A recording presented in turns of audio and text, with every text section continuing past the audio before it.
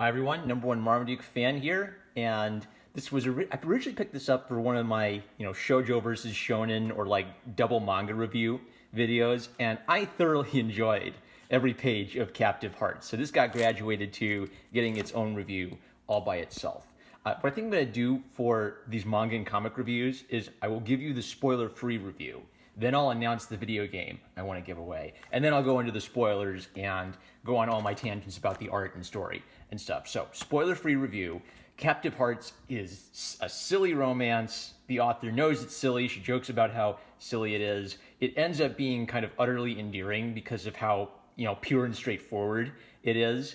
And just it uses kind of like feminine ideas of romance without bashing you over the head with it too much. I'm a little worried that the original plan was that it was going to be just one volume, and that was all that was originally planned, and then it got serialized, which she talks about in her editorial notes. And I can kind of tell that she's trying to like come up with new ideas for these characters. Sometimes something kind of crazy will happen, and they'll just run with it, and it'll be kind of surprising.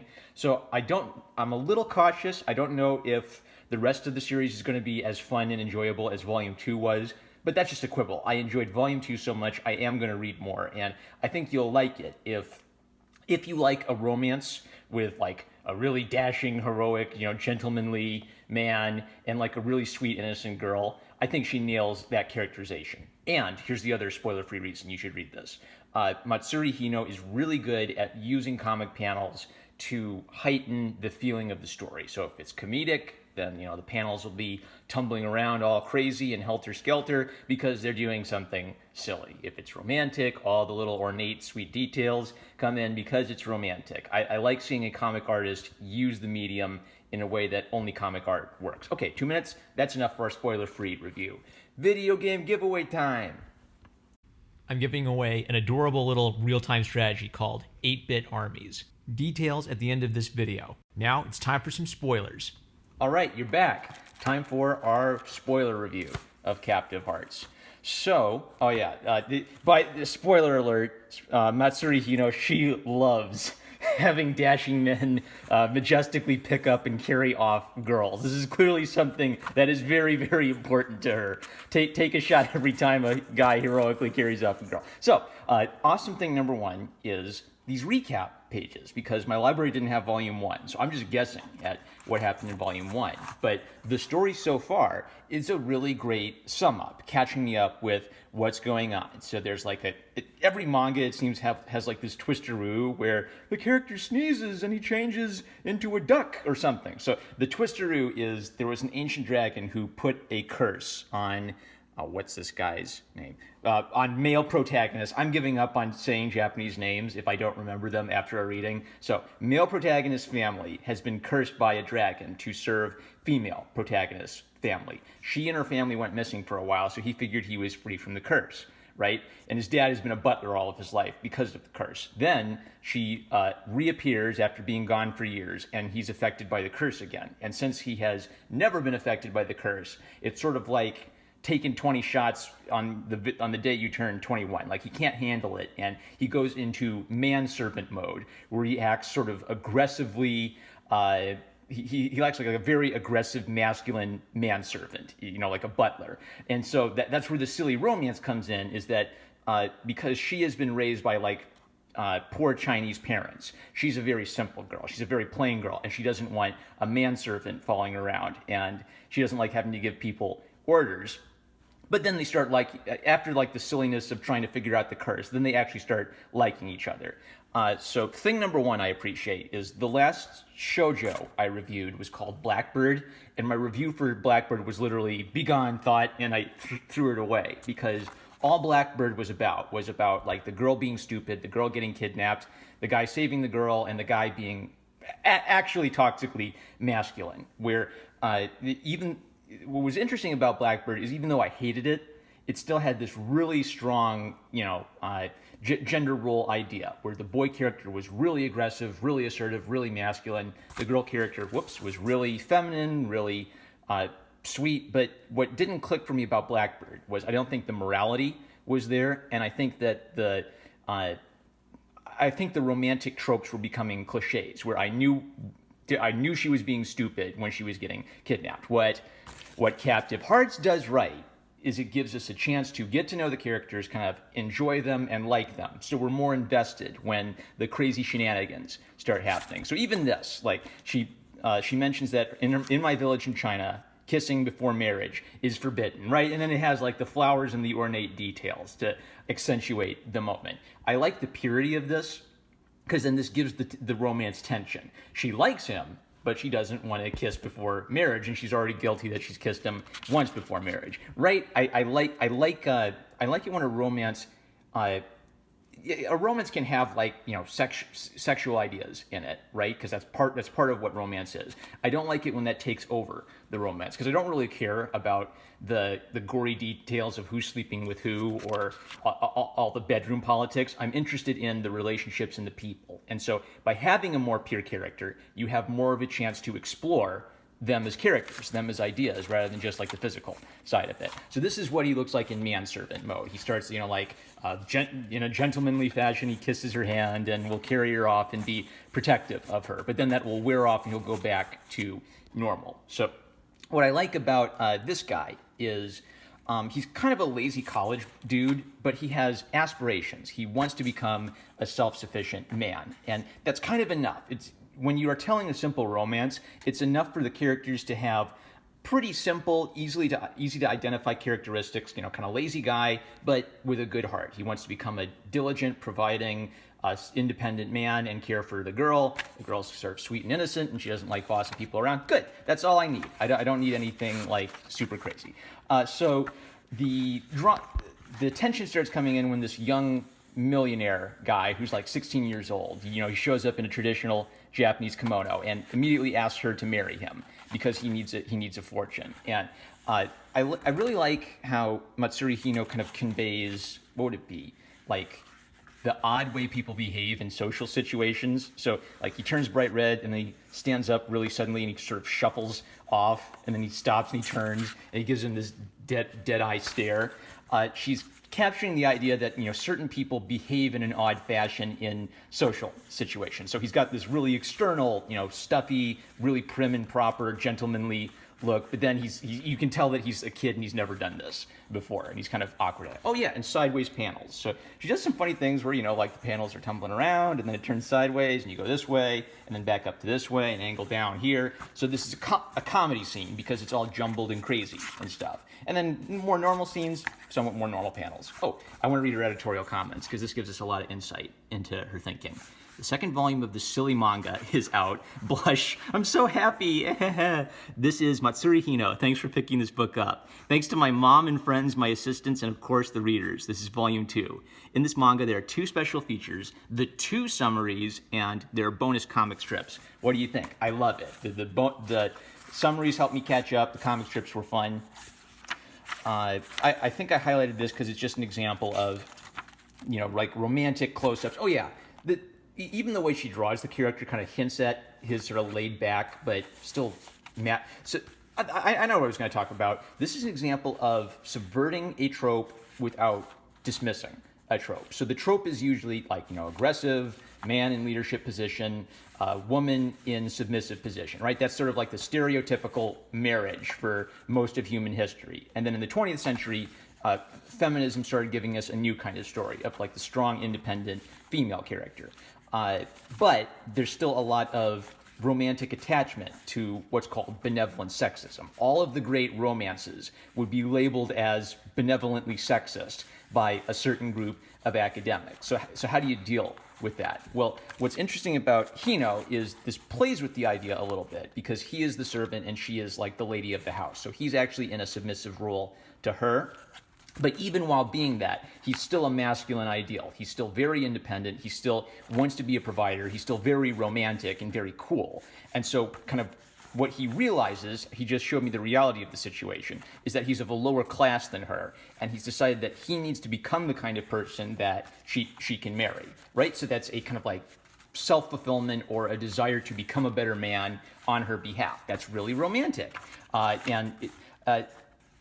You can't critique one of those old ideas if you don't appreciate it. If all you look at in old romances is you see, oh no, awful, horrible ideas that teach women to be submissive and to be property, then you're not going to be able to tell a good romance because you have no appreciation for what makes a story like this work. What makes a story like this work is it recognizes kind of like that primal fantasy that people have about romance.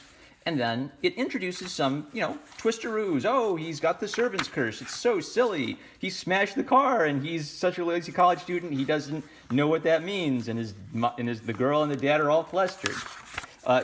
Those twisteroos lend power. They make the old story fresh. So the old romance is an old story. It's been done 100 million times, and all you can really do is tap into that and give your twist on it, put your spin on it. And I think that's what this is doing successfully. This is an example of a cool twisteroo where a guy shows up and then he realizes that he's descended from the family he's cursed to serve, so then he accidentally says, master. Oh, I can hear the yaoi fanfics being written in Japan already. So it's subversive because the curse that made it kind of was the romantic setup for the boy and the girl story. Now the curse is becoming a bad thing because this guy shows up, he has the power to give him orders and he has to obey, right? And so, oh no, now the curse is a bad thing. Now we have to do we know that if he's cursed him to follow his orders and not fall in love with the girl? Oh no! I get so invested. I'm afraid of something. I just experienced the writer ages but the characters never age phenomenon for the first time, even though I've worked on 3 series now. And it feels really, really odd. It's been over a year since I've been taken captive by captive hearts. My birthday has come and gone, but none of my characters have aged. This is weird. This is too weird. So sometimes I have to count out their ages on my fingers and make timetables to double check. Good idea. And not even a year has passed in their world. At first I intended this story to be only 1 volume, but when it got picked up for serialization, I quickly had to decide on the characters' birthdays and their blood types. That's like a cultural thing in Japan. Like blood types are almost like a horoscope thing. Right now it's a secret. I might reveal it later though, maybe. Okay, I think I've made my point about why I enjoy this story. So now I'm just gonna try to look for some comments I had on the art and style of it. Okay, this illustration is another subversive thing, right? Where it's Rapunzel and the girl's dressed up in the heroic prince's uniform and he's stuck in the princess's outfit and he's frustrated and embarrassed by it, right? The gag works because Matsuri Hino actually likes the old school fairy tale style of romance. And then she adds some humor in it by subverting it or twisting around the roles a little bit. But ultimately, he's still a very masculine, a noble idea of masculinity, and she's a very sweet and lovable idea of femininity. This is kind of a parody of Lupin the Third or Lupin the Gentleman Thief. I keep noticing parodies of this in manga, so I'll have to check it out. The dad is sort of like a really well put together and professional butler, so he'll do something silly, and then it's funny because he's such a straight man. Usually. Reason behind the names. You might know this, though. In Kuroishi-san's family, both boys and girls were given first names with only 1 kanji character. Not only that, but it seems they were given names that could be used for either girls or boys. The reason is a mystery. You might already know this, too. In the Takatsukasa family, that's the girl's family, all the children were given a name where 1 kanji character had the sanzui, or water radical. The reason is a mystery. Also, I got the idea for Hiryu's sister name, Meiko, from a co-worker when I used to work at a bookstore. Thanks, Meiko-san. What a pretty name. Why am I so obsessed with meanings behind names? Maybe it's because I had a hard time with my own name, my real name, growing up. I don't know the reason. I don't know. The reason is a mystery. You're so cute, Matsuri Hino. The billowing dresses that here we go. Flutter. So she decides she is going to save him, right? Because she doesn't want to be manipulated, and she doesn't want Minato using that power to give him orders, right? She does not want to see her friend enslaved. And so then he picks her up and majestically throws her over her shoulder and says, I have my pride. I should be the one protecting you.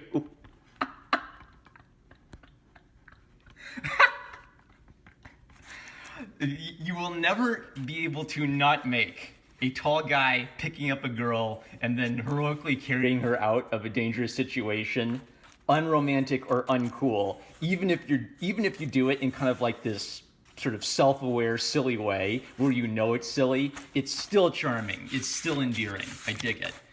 The author struggles due to captive hearts. It's not really of a struggle. I also think it's interesting how she draws herself as just kind of like a really, frumpy, really plain, down-to-earth working artist, and then she's also really interested in these very, floral, pretty, ornate ideas. Thinking of a story. Suzuka has a very painful past, so I need to make her happy. Thinking of a story. Snort, storyboard, laughing through her nose. Thinking of a story. If you fall, get back up again. So stupid, too embarrassing. It's fun, but it's a struggle. I think I'll ask my editor for help. Is it really okay for me to write such a ridiculous manga? Has no self-confidence. Editor, sure, click. So she's completely self-aware. And what kind of like a silly romance this is. She has to like talk herself into doing it. And then the final result is utterly endearing. This is a really great, recap. I almost think you should look here. You should pick this up just to look at how well she does recaps, because they're all really interesting compositionally. So I'm going to read this. I'm just going to read this so you get a feel for it. For first-time readers of Captive Hearts, primer course. Don't worry, it's not a scary story. At any rate, timeline of events. Before the protagonist, Megumi Kuroichi, the name I've been avoiding trying to say this whole time, was taken captive. Megumi's ancestor, the great thief Kuronekomaru, steals the scroll of the Rising Dragon from the Kogami mansion. I'm not going to read all of this, but it kind of like takes you through that timeline of events. The dragon curses them. Megumi gets born. The Kogami's only girl, Suzuka, is born. He reappears. The effects of the curse are first seen. Megumi is strongly influenced by it. And then these little arrows point up to literal illustrations of this. So here's Megumi being lazy and just hanging around the house, and them realizing that she's shown up and him falling in love. And Suzuki, is that right? Suzuka wanting to break the curse. All right, and then we're all caught up. That's just so clever. I've never seen a recap done that way. I have a certain set of concepts for the Captive Hearts illustrations. They're a little random, but I'll write them anyway. Here they are. Megumi and Suzuki's bodies must be connected in some way. Chains, it's Captive Hearts after all. Shackles, it's Captive Hearts after all. A cage, jail, cell, or iron bars, it's Captive Hearts after all. Ribbons in place of ropes, it's Captive Hearts after all. 6, formal-ish clothing. 7, I aim for racy, passionate, fairy tale-like, bodyguard-ish, and for some reason, mafia-themed illustrations. So she describes it as racy, maybe in the sense that it's implying like all the romance, the romantic ideas. I don't think it's particularly racy. I think it's innocent with a really great chemistry underlying everything. That's the point, is Blackbird was really racy. That was like, how much sex can we possibly sneak into a kid's book? There's clearly a romantic attachment between these characters, and there's even a physical aspect to how they're interested in each other. But they don't bash you over the head with sex, and because there's this sort of purity idea to both of the characters, then you don't get so caught up in the sex stuff that you forget that these are characters. I think this is a good example, at least this volume is a good example of kind of the attitude you should have going into a relationship. If you don't want to just get bleeped and dumped, then you have to go into a relationship with this idea that you're not messing around, right? This is who you marry is a big deal. So many marriages end in divorce because people don't think about that. They just run into it stupid and without a plan. So I like romances which emphasize the getting to know you side of a romance. So I really am impressed so far by kind of like the morality of this story. So I'm definitely going to be checking out more of it. So this mysterious stranger shows up, and it's his mom, and she's like a kick-ass FBI thief who hunts down child predators, and she's had plastic surgery to make her look 16. It's so ridiculous, but because that's it. Heightened silliness. You can read this as silly because the author commits to it and makes it work. So the rest of this is sort of like a whole story about, will we capture the child sex slave traders? I love this illustration. I have themes to choose from when I do illustrations for Captive Hearts so that I don't draw pictures like this one, even though I did anyway. And there's like she really likes sort of mafia and weird fashion illustrations. Another one of this where they're touching. Look at all that ornate detail. The visuals are so dope. She's really strong visually. The editor legend, my editor, T-san, is beautiful and looks great in Chinese dresses. She always gives me great advice, so I have a lot of confidence in her. However, she has a very strange talent that this frequently happened while I was working at a bookstore. My shift there would end late, and I'd get home about an hour and a half later than usual. I'd open the front door, and as soon as I'd step in, ring, she'd always call at the exact moment. It happened all the time. Maybe there are hidden cameras in my apartment. So little itty-bitty stories just from her life that they just put in these editorial boxes. But those are the kinds of things where you can also add some flavor to your fantasy world by pulling a few little fun, interesting details out of your real life. A lot has happened between the first and second volumes. For the first time in my career, one of my comics, Captive Hearts, had a second printing, Volume 1. Good for you! I'm so happy for you! I got to speak with other artists, from Hana to Yume. I was so happy to meet them for the first time. The story about me meeting them was published in Hakushena's free newsletter, unfortunately with pictures of me laughing stupidly, being nervous, and acting cool. So embarrassing. I won the Athena Award, had pages in color for the first time, got the cover of La La magazine for the first time. Captive Hearts was picked up for serialization again, my fourth new published work. Awesome. I got tons of letters. Lots of great things happened. I'm really grateful. I keep doing my best. Am I just boasting? See you. Enthusiasm, appreciation of people. It's not just being a radical. I like individualism. You need individualism to get anything done in life. But I think people who have too big an ego, they think that their art is all that matters. The customers don't matter. The industry doesn't matter. The people who came before them don't matter. Only my great artistic vision matters. She has a humble attitude of her artistic vision. She's a much better artist than a lot of the arrogant artists. And she appreciates all her editors, her other artists, the people who buy her work, the magazines that pick it up. So much appreciation of other people in her industry. Why did I mark that? Oh yeah, it happened again. The dad comes back home and he sees the mom, and then of course he picks her up romantically and carries her off, because of course he does. I love this so much. Why did I mark this? This was the start of some little dinky comics, like showing Megumi's backstory. And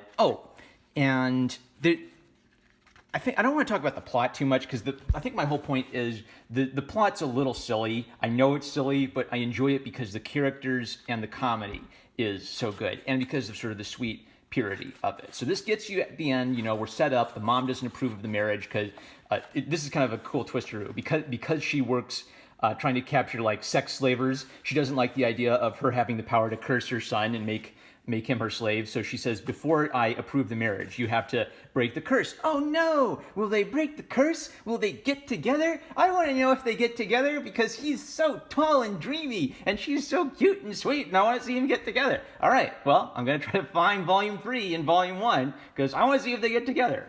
Should you read it? Yeah, pick it up. This was really fun manga, really sweet, really straightforward, kind of silly, but commits to the bit. I'll read more and let you know if I think if it keeps getting better and better, or if it gets worse and worse and I get bored with it. But this was just an absolute blast, and I enjoyed it. Honorifics?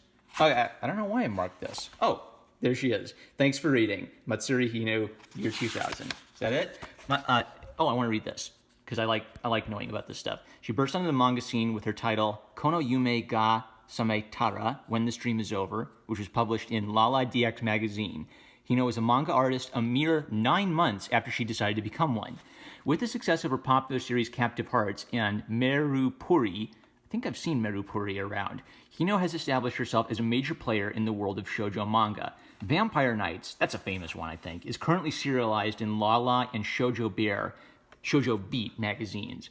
Hino enjoys creative activities and has commented that she would have been either an architect or an apprentice to traditional Japanese craft masters if she had not become a manga artist. So I think Hino was interested in like the fine arts, and then just managed to break into the comic scene after being a fine artist, because she's got a real, solid sensibility to like all her architecture and all of her backgrounds. Really good artist.